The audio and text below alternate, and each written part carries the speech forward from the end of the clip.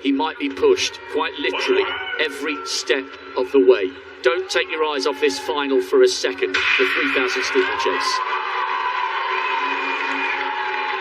I have never heard noise like it on the last 500 metres of the men's 10,000 final.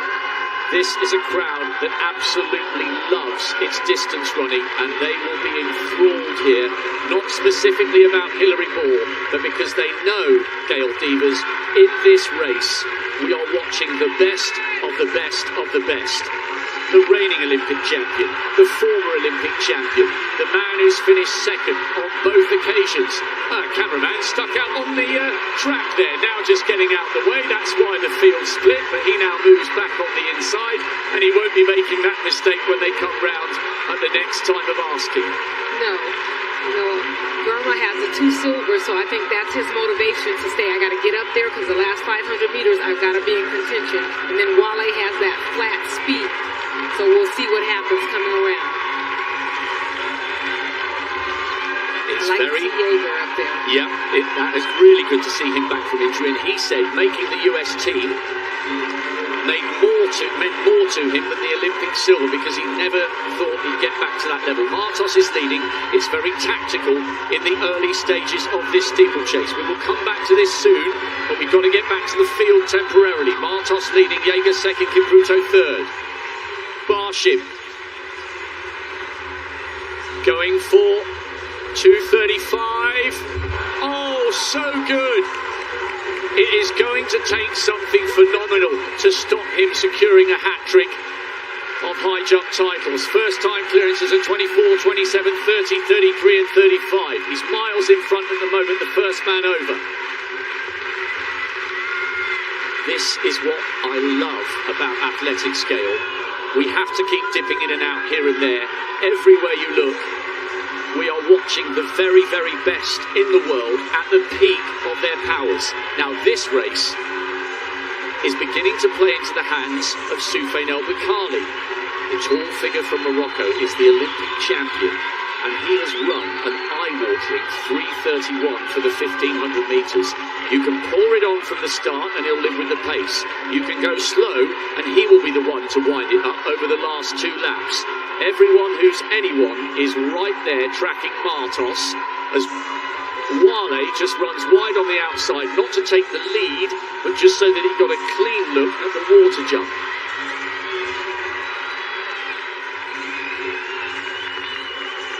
You wonder if somebody's going to actually say, okay, I'm going to open it up, or are they going to wait to the finish?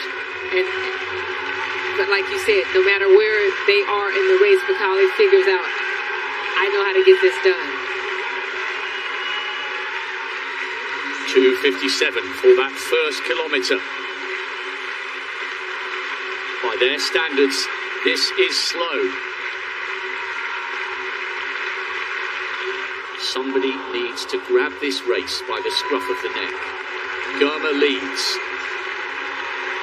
He has been so close to tasting glory on so many occasions, but now Conceslas Kipruto comes to the front. This is a guy who's won it all, a world youth champion, a world junior champion. He's the reigning world champion and won the first of his 2 world titles in London 5 years ago. Car crash at the end of 2018. He's had all sorts going on in his life off the track, but he looks like he's approaching his best form, tucked in on the inside. He looked really comfortable. He was exchanging words in Swahili with Hilary Ball at the end of the semi-finals, or heats, or whatever you want to call them, and they're talking to each other again now on the inside behind Lamich and Germa. And still no move from Soufiane El Bakkali, who is buried in the middle of the pack, as Baladi of France now comes up to try and turn this into a bit of an honest pace. And Conceslas Kipruto has gone to the front, but he hasn't gone to the front to turn it on. He's just making sure he gets a clean look at the barrier. And the longer it stays like this, the likelier it is that we're going to see a massive burn-up from El Bakkali, who is just in the middle of the pack to the left of Evan Jaeger. It's very tight. That last 500 meters when we get there is going to be something epic. Kipruto is still in the front. Germa's coming back. Wale's deciding that he's going to take it. Karubo's in the front so he can stay clear of the water jump. Exchanging a bit of words with Boer. And here comes Martos on the outside. They're pushing and shoving, a little bit of elbowing. Coming round now with 3 laps to go.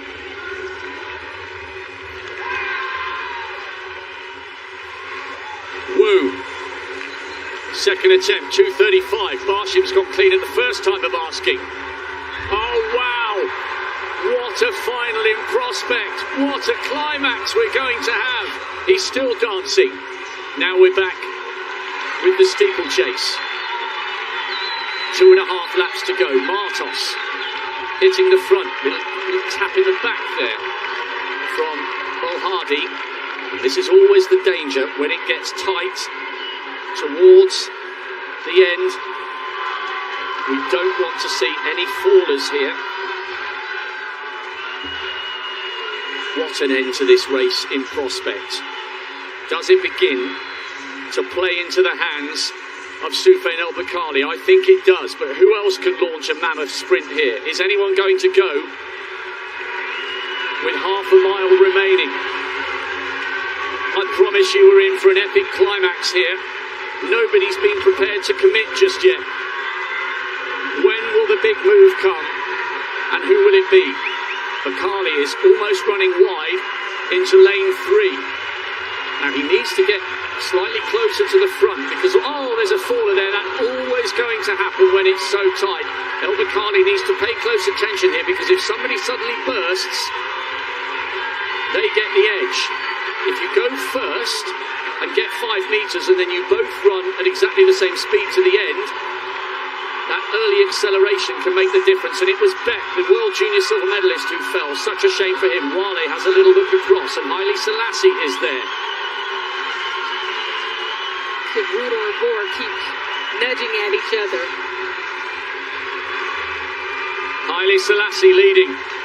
Now Soufiane El Bakkali coming up towards the shoulder of Conseslus Kipruto, who is the reigning champion.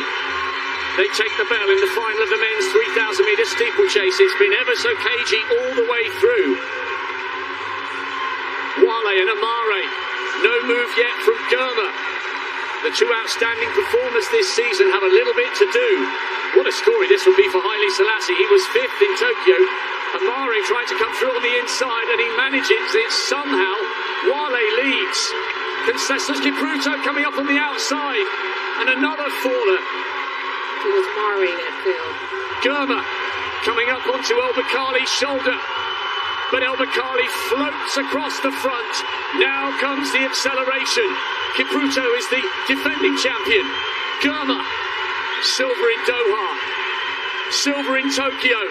Can he somehow wrestle the gold away from Bakkali? No, he can't. El Bakkali becomes the first non-Kenyan to hold the world title as well as the Olympic title. And the silver goes to Germa once again. And Conseslus Kipruto makes it yet another medal. Coming back to form, he's on the podium with the bronze, but that race played into the hands of the Moroccan. The longer they left it, the better his chances of burning them up, and he did so, and in the end, he had room to spare. What a victory, and what a performance from Soufiane El Bakkali. The winning habit from Tokyo has followed him here to Eugene.